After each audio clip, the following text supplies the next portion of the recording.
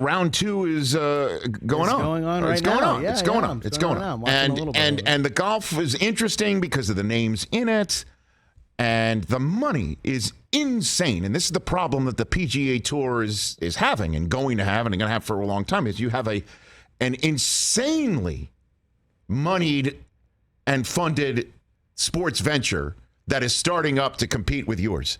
And the people who have put the money up are not a corporation, although they're very business-minded, and they're all about business. And they don't care if they're going to lose money. Don't care. The Saudis are like, here's $1 gajillion. Yep. Go get as many star players who are willing to take our money as possible. There's more where that came from. And there's more where that came from. We don't care if we lose it because the whole idea is to make you forget everything that we've done in the past so you can come and do business with us. And that's what the concept of sports washing is called.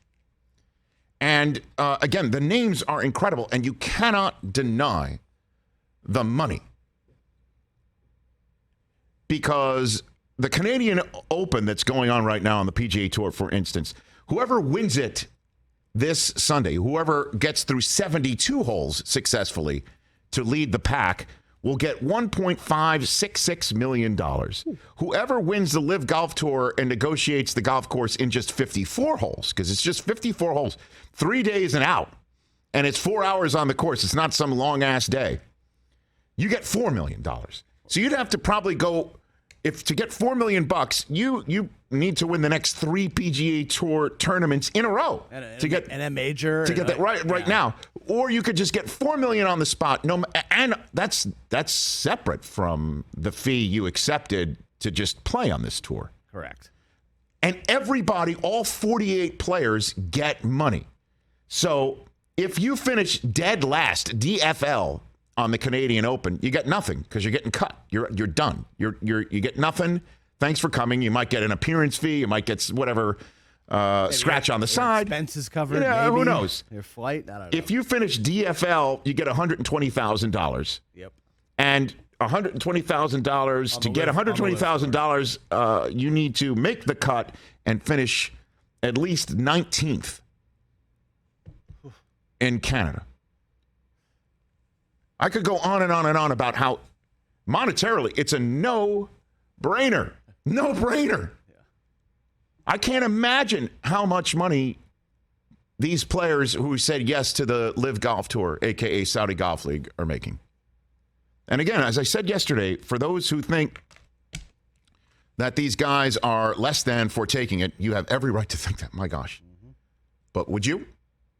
Somebody reached out to you and said, we're gonna give you more money than you ever thought you could ever make, and you know you've been humping it at your job, and you know right now you will make more money on the spot than you would combined for the rest of your career.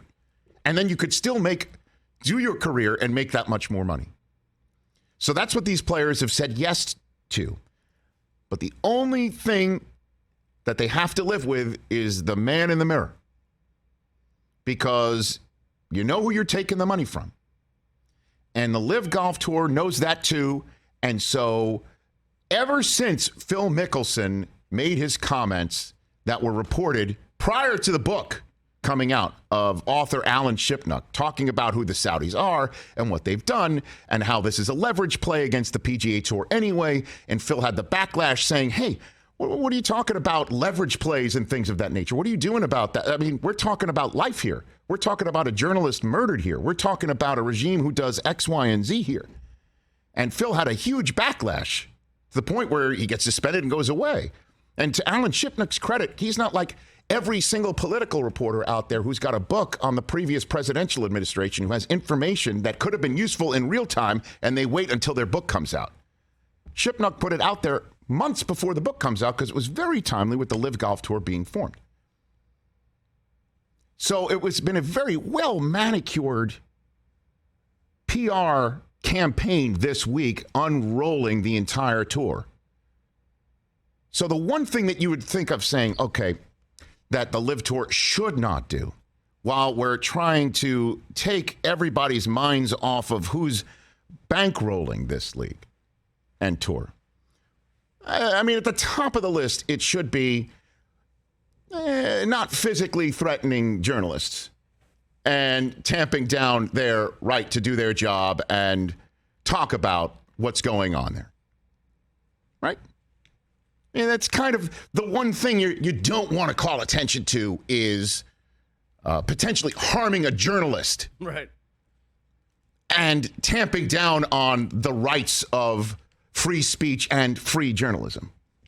Right. So when Alan Shipnuck tweets out that he shows up to Phil Mickelson's post-match press conference, and as he says, a couple of necklace security dudes just physically removed me from Phil Mickelson's press conference, saying they were acting on orders from their boss, whom they refused to name. And he mentions Greg Norman, the initials of the head of the government in Saudi Arabia, Al Capone. Never a dull moment up in here. We kind of talked about that going out the door. And I even pointed out, like, the last thing you should be doing and talking about is, threatening a journalist and kicking him out, preventing him from doing his job. So then Shipnuck tweets out him telling this, texting it to Greg Norman. And Norman's response is, did not hear, thanks for letting me know.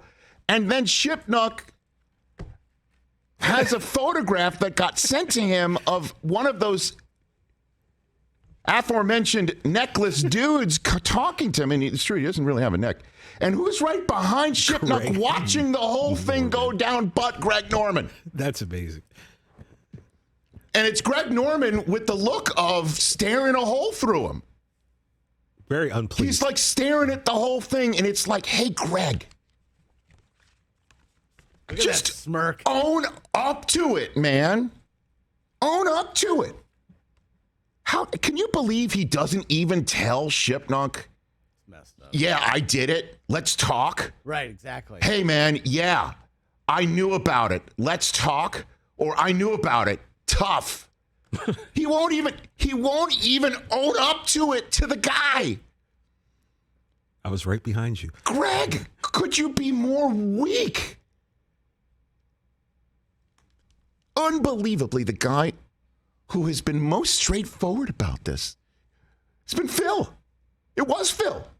He said the quiet part out loud. Yep. He,